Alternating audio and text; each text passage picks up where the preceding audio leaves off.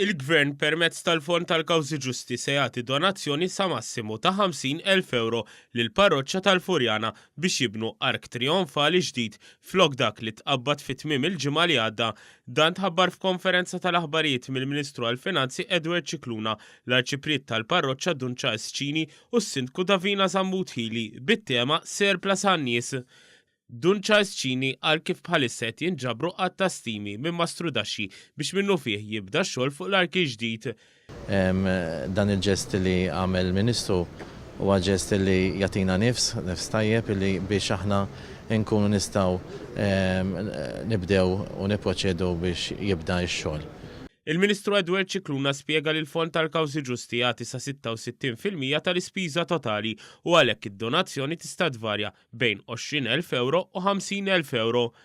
Il-Gvern irid juri li bħal Maltin kollha u Għawċin tinafas qalbhom meta jaraw wirt storiku imur f'jammi.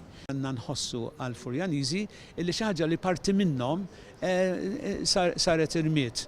Fisem il-komunità Furjaniża, is-Sindku Davina Zammuthili uriet l-apprezzament lejn dan il-ġest, qalet li dan se jixpruna lil bosta persuni u entitajiet oħra biex huma wkoll jagħtu sehemhom.